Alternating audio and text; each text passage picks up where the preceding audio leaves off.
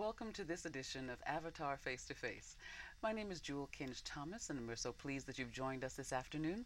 Here at Avatar, we try to bring you the best of arts and culture in Westchester and beyond. So thank you for being with us today. And as you can see, as you'll soon see, the studio is full of art today. Beautiful. We're surrounded by beautiful art, and that is because we have this terrific visual artist with us in the studio. Her name is Aleathia Brown. Welcome, Aleathia. Thanks for having me. Absolutely. And let me just share a little bit with our viewers about your background. You are a native New Yorker and went to LaGuardia High School of Music and Fine Art and earned your degree at the School of Visual Art for Media Arts. You've been in the visual art business professionally for 22 years and Actually, more. 23, yeah. 23 now. We're in the new year, yes. Okay, fantastic. And you have quite a list of accolades here. If I could just share a couple of them with our viewers. You've had certificates of appreciation from the Empire State Albany, New York Office of General Services, a certificate of congressional recognition of contributions in the arts from the 16th Congressional District, Award of Excellence at the 40th Anniversary of Art Exhibits, Education and Culture at Medgar Evers College, and the list goes on. Yeah. And we don't have time to read them all, but you know, what wonderful accolades for the work that you've done in and through the community. Thank you. I appreciate it. It's been a journey.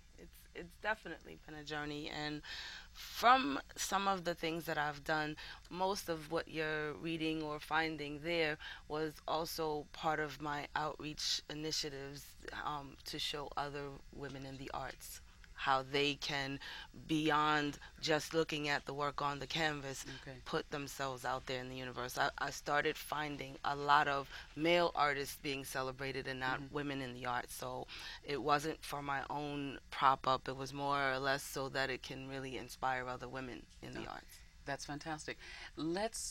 We're going to talk a little bit more about that, but we want to give our viewers a little bit more information about you as an artist. You know, what inspired you to become a visual artist?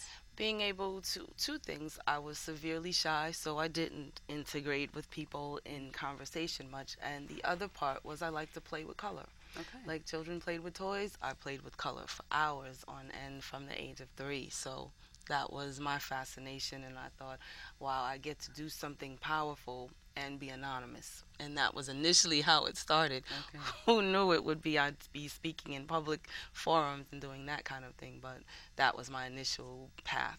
Okay, so as a youngster then, you were drawn to create, to draw. Yes. When was the decision that that would become your life's journey? At 3. At 3. I actually would say I'm an artist, and when people would ask, and my mother tells this story better than I do, but whenever people would ask what I wanted to be, at that age, I would correct them and say I am. So she thought that it was pretty interesting because there were no artists in our family that I knew of, and so it wasn't the kind of thing that I got from hearing somewhere else. So to know to do that at that age, she encouraged it when she said, if I'm that convinced that that's who I am, then she wouldn't get in the way of that. So. Okay. That sounds almost too powerful a force to get in the way of. That sounds like it was in your DNA. Yeah. And just needed to flourish. Yes. Okay. So what type of work? We're going to be showing some of your work in a little bit, but what is your medium? What do you work in? You know, interestingly, I started out with working in a dry medium, which would be more pencil and pastels, and I've migrated to acrylic and watercolor, but I basically identify myself as not limited to a particular medium. Even if there's a body of work that I have that's in acrylic or pastel or watercolor, because I move in and out of whatever is going to actually tell the story the best, and that medium might change from one moment to the next because I do installations too. Okay. All right. So what inspires you to create a particular piece? I mean, do you start with a thought, or do you see something? What happens there? Everything under the rainbow. It can be a conversation like what we're doing now. It could be something someone said I'm listening to on the bus. It could be something I saw that sort of fused into a dream. There is no limit on where it's coming from. I do have a body of work that I say is my visual storytelling, part of my heritage, things that happened in my family surrounding that I wasn't seeing out in the world I live in. Okay. So making my own world, combing my grandmother's hair, or listening to stories around my aunt and my mother and the other family members talking. So visually, I take stories and translate them into a visual image when I'm doing my what I call heritage pieces. But Okay. then I migrate to other areas when I'm doing live art or abstract. So different things. Music is my inspiration. That's one of the Movement. things I was going to ask you next, because I noted that in some of the work is that music is a big part Yes. of Yes. what you do. So explain a little bit about that. Well, the music has a way of being a vibration or putting you in a frequency that's beyond words. And just like people who listen to music get entranced, if I had to take color and translate it into what was a sound, and if I took texture and line and movement and translated it from a sound or a melody, that's really what started inspiring me to do what I now call my live art collection. I'm painting to whatever the flow is in that moment, and that's why I like live, because you get to hear the musicians breathing into the instrument, and some of that is part of it. Okay, all right. So let's just take a step back and explain to everybody then what this live art is all about. Where does that happen? Well, I sometimes go to anything from a cafe to even a library theater, and I will do live art on stage where there's an audience witnessing, and I paint whatever in the moment is happening between a poet and a musician. And so it can be everything from a whole orchestra with symphony music, or it can be jazz, or it could be R&B. Whatever the music is, if sound were music and if sound were color and texture, what would it look like is what I start thinking about. I even engage the audience sometimes. I have them painting on a canvas dress that I took from one of my futon mattress covers, and the audience paints on that while I'm on stage painting, so they get to experience that live moment. So there's a number of things that are going on, but I'm translating sound into texture and color and movement. That is fantastic, and I'm sure the folks that are there are living this experience of watching it being created, And they're part of in it. in the moment, in Yes. the now. Yes. Okay, Yes. that is really fantastic. Okay, so live art is very much a part of what you do. You've done many solo exhibits and group exhibits. You've had installations done nationally. Yes. And you're in certain installations internationally also. Yes. Can you tell us a little bit about these exhibits that you've done? Well, some of the exhibits that I've done outside of the New York region were off of conversations as well. There was a group show that I had done in. I didn't get to travel, but my work got to travel to Ocho Rio in Jamaica. Okay. Gwen Black was the curator at the time, and Right. we had these conversations around putting art in a different environment and having a story told with people in a different surrounding. When I did a group show in Sweden, I actually got to produce work while I was there, and it all started from a conversation at a dinner table in a restaurant.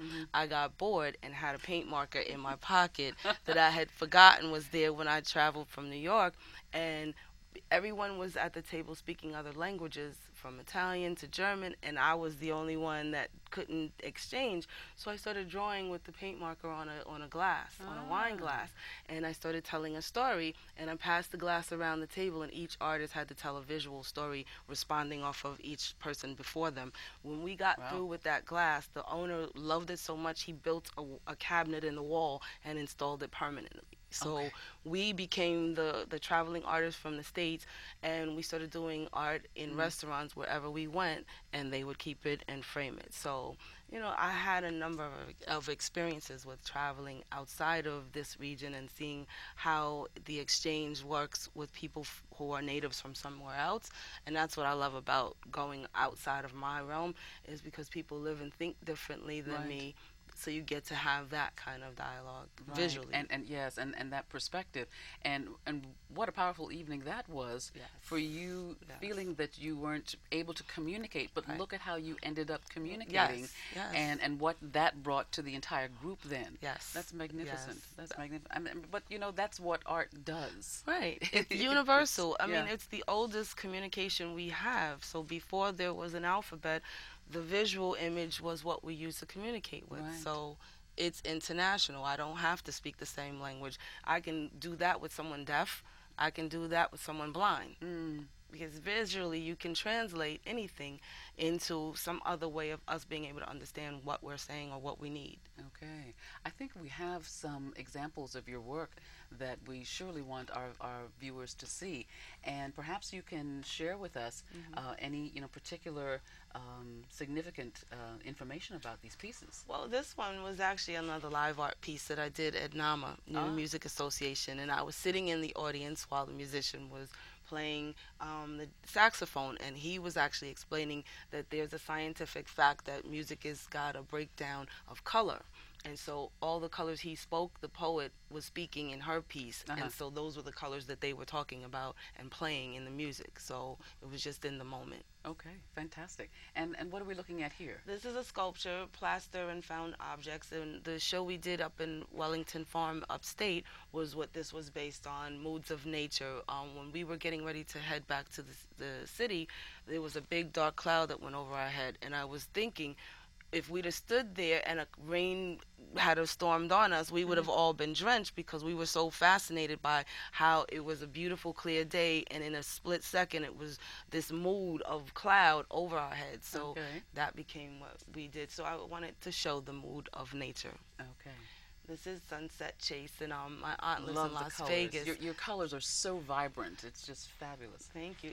But that's what I'm doing. I'm playing with color, and that's the energy that I get off. The sky scene was actually a photograph my aunt from Las Vegas gave me of her backyard, and it was a sunset in Las Vegas that I fused into that piece. Okay. This one is Declaration of Color. It's actually a live art piece also that I just did this summer at in Spanish Harlem, where I'm actually originally from, and I got to come full circle and do some live art on burlap, and it was just live music and a DJ, this Cuban artist playing music, so he had Afro rhythms and all kinds of beats going on, so it was just a fusion of that. Okay, excellent. And I think this is our last one? This one is Remember When. I thought there was something poetic and beautiful about just children sitting and staring out into the abyss, kind of while that laundry is blowing in the wind. And it can be timeless, it can be anywhere, it can be any time. But remember when a time when you didn't have the video games and you didn't have the other distractions, you can just sit and contemplate. And that was something beautiful. Beautiful, thank you. Now, I first met you when I was at Riverside Theater, and the Harlem Arts Alliance, which is a membership group of 800 plus at this point, would come into the theater every month, and there would be presentations, there's advocacy, there was connection and networking going on. And it was really tremendous to see that happening on a monthly basis. You had been a member there for some years, but then became the visual arts coordinator for the entire event. How did that come about, and why did you want that responsibility? It was out of a void. I would notice that for months when I first came, before I even officially joined, I would watch the performing artists do their excerpts of a piece that they wanted to announce a performance for the audience to come and join them on, and I didn't see the visual artists. And when we would pass the mic around the auditorium and say who we were, it was always kind of flat when the visual artists spoke about themselves as artists. So I thought, when you see the work of a visual artist, it's so much more powerful than sometimes their personalities reflect. And Okay. I said, sometimes it's better to show you than tell you. So I wanted, and I spoke to Boza, the chairman of the organization, and I said, we need to see the artist's work instead of just hear them say it, because there'll be no networking going on if it weren't for seeing it happening at the space. And it just enlivens people to have that interaction and touch it. So Okay. I then But asked. I understand that that's a crucial part of your work is bringing in other visual artists and helping them to elevate their work and their stance in the community. Right. And you do it at Harlem Arts Alliance, but you do it elsewhere too. Talk a little bit about why that's important for you to do. Because in terms of artists globally, there's always this lack of representation of us not just doing it as a hobby and not just doing it on the level of just a barter.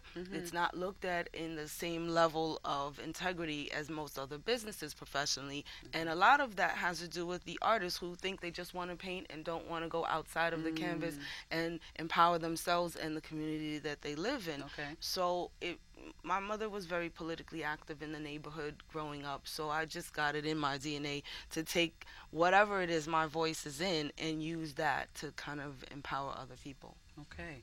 All right. So you've taken that and into workshops, doing lectures for artists, Yes. for students. Yes. You do retreats. Yes. Okay. Yes. At Wellington. Tell us a little bit about that. Well, I started doing some exhibitions upstate, and then often artists ask me, how do I get the shows that I'm getting? And I'll network them into other things. And then just from conversations with the organization Black Dimensions in Art upstate, they started doing a number of shows in the upstate region, and through that conversation, it developed into bridging the gap between how do we get the upstate artists of color to come downstate and vice versa. And it just meshed into us creating an exhibition and retreat so that people from the city get away from the brick and mortar and come up into nature and spend the day doing their art, showing their art, and actually just breathing the air. So. Right. Okay. Fantastic. And I know that you've done some things here in White Plains. Yes. Right? Yes. At the Westchester Arts Council, they have an exhibit space, and it was a bank originally, and they converted it into a gallery space. Right. So I've done a number of exhibits at the Westchester Arts Council over the years. So this is kind of like another home ground for me in that sense. That's beautiful. Now, I know we have some art here today and some things that are gifts. And I think the first thing I want to show folks are these calendars that you've made. And tell us about these calendars. Well, the idea is I wanted affordable art to be in and around people on an everyday basis. So the idea is when the year is up, you cut the calendar off and frame the art to keep. So each year I add another series of or body of work that I've done. These are prints of my paintings. So I make it affordable so that people can keep the art and they're looking at it in a functional way, but then it becomes something that's a keepsake. And they gift it to people as well. Okay, fantastic. Well, these are beautiful, and I think they would add, a wonderful essence to any room that you would want to hang the calendar in, and as you say, be able to keep that art then and frame it, in perpetuity. Yes. So that's fantastic. So now we also have some wearable canvas art. Yes, because I also want to, for the new collector or the seasoned collector, people want to own original works. They want one-of-a-kind pieces. These are canvas paintings that you can sew onto your garments or belongings or frame them. So people have them as options as one-of-a-kind gifts that they can also have. Okay. That's also affordable. All right, and you have the note cards. Yeah, and I leave them blank so people can, again, frame them, write notes, whatever they want inside, or give them as, an invitation for a get-together. Sometimes people give thank you cards or dinner guests, things like that. Okay, all right. And where can people find the calendars, these cards, and the wearable art? Well, I have a website, alethiasart.us, and I have a studio in Harlem. So either in making an appointment, they can come and see my work at the studio, because beyond my website, there are other pieces that are in my studio. And on the website, I'll upgrade things and make announcements about what I'm doing. Okay. We're going to give that website again, but I don't want you to leave today without touching on Unveiled Unlocked. Yes. Your work is fabulous. I love it. And I think people, when they see more and more of it, will love it too. But Unveiled Unlocked is a very special project that Yes. you started, and you're an advocate in so many ways. This is for expanding the perception of beauty. Yes. Tell us about it. Well, we celebrate the other end of the spectrum. We are often focused on hair, and I didn't want to exclude hair, but I wanted to include the barehead woman. There are women of color, in particular, the underrepresented, underserved woman who hides behind a hat, a scarf, a wig, not freeing herself and being able to also empower herself, whether it be personally or professionally. So Okay. we launched at Harlem Week in 2012. Which is what we're seeing right now. Yes. Some of the photos This from Harlem was Week. on the stage. We had a stage presentation of the women of all ages and sizes and professional backgrounds who celebrate their barehead from fully to partially barehead. And I wanted the audience to actually see how graceful they were, how beautiful they were. And then we did a panel discussion inside the Kennedy Center afterwards, both with men and women. And we showed a slideshow of famous women, past and present, who are barehead. Right. And then we did an audience talk back so people can engage in that. We had Black Rose on the panel discussion, who's an icon from the 60s, Right. who, you know, had a movement. And so, you know, this is a movement sort of going full circle. We had a historian on our panel discussion who also had been in touch with Jean Peters had been in touch with I can't think of her name right now, but she was in Essence magazine many years ago, and she coined the phrase bald head beauties. And what she did was she wore her head, and her celebrated status became on the high fashion end of the spectrum, what got noted because of the bare head. So full circle, we're now doing that. Okay, why was it important for you to put this together and try to build more awareness around this? Because between health issues like alopecia and cancer, there are women not getting themselves checked out because they didn't want to risk losing their hair to the medications that they had to take in order to heal. And we had self-esteem issues around women who even chose to cut their hair and didn't know if they'd be acceptable with relationships or in work. And so I wanted to put voice and light to it. And since everything that I touch is in some creative way a way to invite people in, whether it be through difficult conversation or exhibitions. We did a show at City College, My Hair Is Not My Femininity. Right. And in the fall, we had mostly men who had been touched by women who had bare heads, either by mothers or partners who were barehead women, and their work displayed that. So we're empowering this as not just a woman movement, because we include men in this dialogue. And now we're adding into the fold barehead brothers. Okay. So it's barehead beauties, barehead brothers, but we invite everyone in the conversation to talk about this and touch on it in some way that they either empower some women in their life if they're not, or they become more sensitive to someone that they meet or see. Right, exactly. So it's for everyone.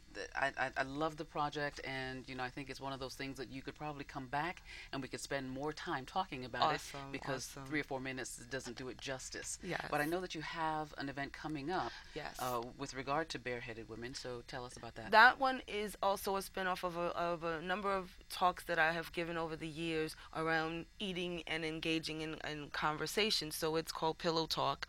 We're going to do it for the second time at Frida's restaurant. It's a soul food Caribbean restaurant, very intimate setting, and she has my art on the walls, and we'll show a film, and folks can eat, watch the film that's provocative, and then we open a difficult conversation. So we touch everything on from the barehead women and men to relationships, and we get to have difficult conversations to invite people in on how to communicate better.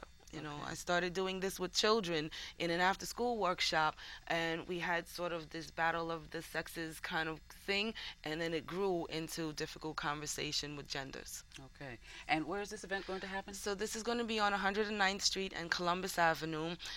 Frida's is 993 Columbus Avenue. Okay. From 4 to 8. That's Sunday, January 27th. Right. And So we open the doors to the public, to anyone can come and join in on the conversation. And the Barehead Beauties will be co-hosting this with me, so you'll see some of them there, and everyone engages. And is there a telephone number if folks didn't get that down and they are interested and they want to come? 646-345-2851. Okay. And they can reach me.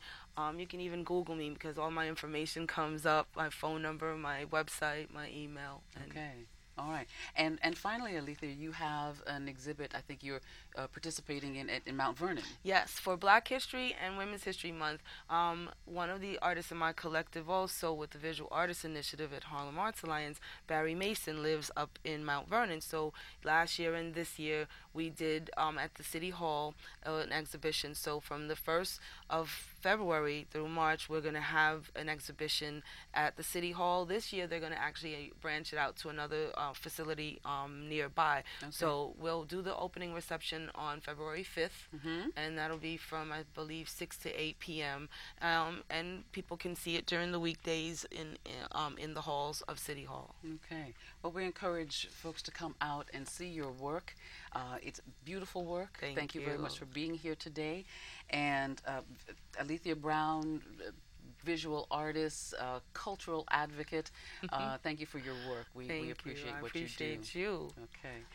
So I want to thank all of you for joining us today. As you know, I've been sitting in this seat for the past few weeks, sitting in for the founder and host of this show, Dillard Boone. It is with great sadness that we want to let you know that Dillard passed this past Thursday from complications during bypass surgery. And we have lost a great man.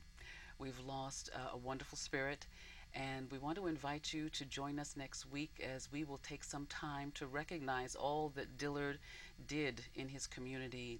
There are countless people who talk about how important he was in lifting them up, in helping them move in a new direction, in a better direction.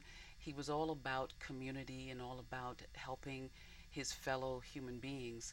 And so we want to take some time to make sure that we recognize Dillard for all that he brought to us. So please join us next week and help us celebrate a stellar human being who is no longer with us, but he is here in spirit. And as he would always say in closing this show, the dream is in the mind of the believer and in the hands of the doer. And you are not given that dream unless you're given the power to make it happen. We say that for Dillard Boone, who helped us all dream. Dillard, may you rest in peace. Thank you all very much.